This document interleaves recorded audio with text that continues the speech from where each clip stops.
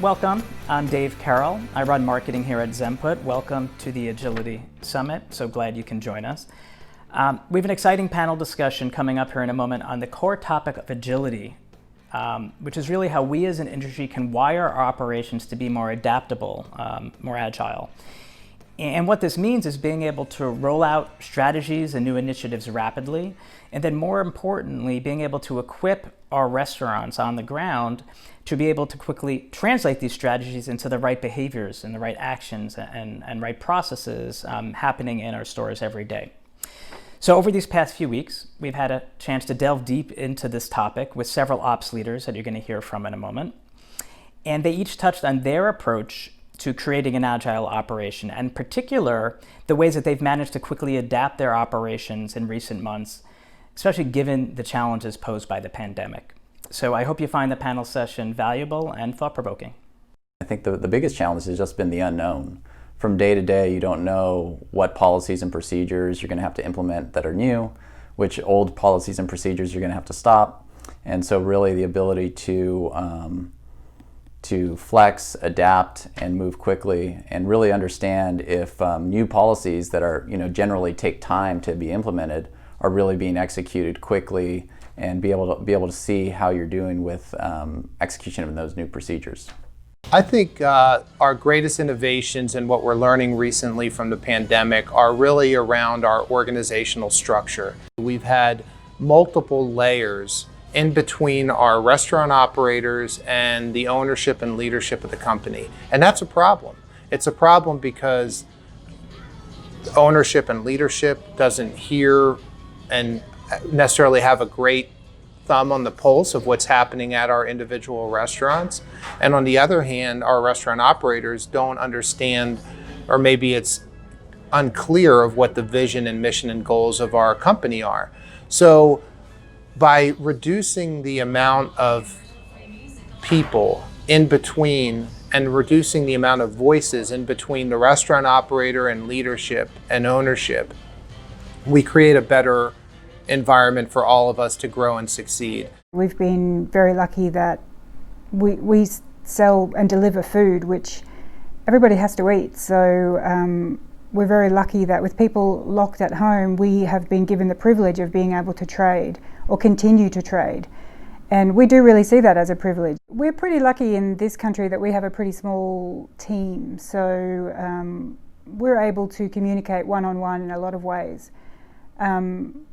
We were limited during the lockdown that we couldn't visit stores as freely as we normally would. I would normally be in different stores every night, but obviously the concern of spreading COVID meant that I couldn't jump between stores the way I normally would, which meant that we communicated a lot more on Teams or Zoom, or it actually forced us to set up more meetings with our teams, which was a really good thing for us.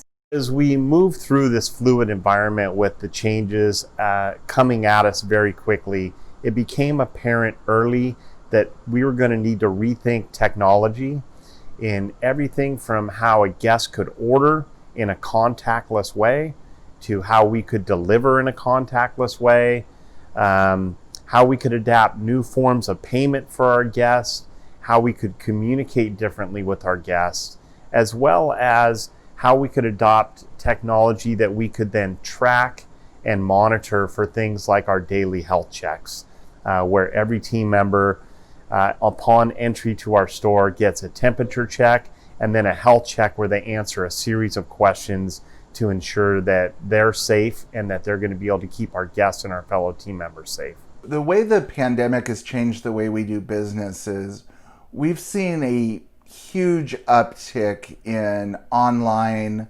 third-party and carry-out orders. Prior to COVID, that was all an afterthought. Now it has become the forefront of how we do business. So we've really had to make sure that we have all of our online, basically all of our to-go orders nailed down and new processes in place to make sure that they're at the forefront of our business and not an afterthought. Customers are requiring contactless pickup So we've designated stations inside the stores to make sure that we've met those needs. It's just a whole different way of doing business versus people just coming in, ordering, and leaving. We have a lot of less face-to-face contact, a lot of less conversations, and it's really just changed the whole dynamic of how we operate. I think the biggest thing right now is that you really need to be agile in the current environment. There's things changing so frequently, and being able to just quickly adapt the tools that they're using, the checklists that they're using on a daily basis. That's been a big help for us, just to, make sure our teams are doing the latest and greatest and doing what we need to do to be safe for the employees and for the customers. We've really had to relook at our operation to find out how we could streamline and become more efficient. It was really almost, you had to have a dual mindset, because on the one hand we were really concerned that we may have to shut our business and close our doors forever, and on the other hand we had to look at the opportunity in the chaos and look for opportunities to grow our business. We have increased the frequency and in some cases the method of cleaning and sanitation. We've also required that all employees and all customers wear masks while in the store, and we sanitize all customers' hands upon entry to the restaurant. Technology has made us very agile when it comes to rolling out these new procedures. When the checklist data is created in Zenput, the information is already in a sortable format that's easy to analyze and easy to track trends. This way, the information can be used almost immediately to help the managers make important business decisions. Some of the biggest challenges that we've faced since COVID has started, first of all, closure of dining rooms, and then working through the process to reopen some of the dining rooms, because we are in different states, different scenarios along the way. We have some stores in South Dakota and in Nebraska where our dining rooms are open. Everything is full tilt, servicing customers just kind of like the way we used to.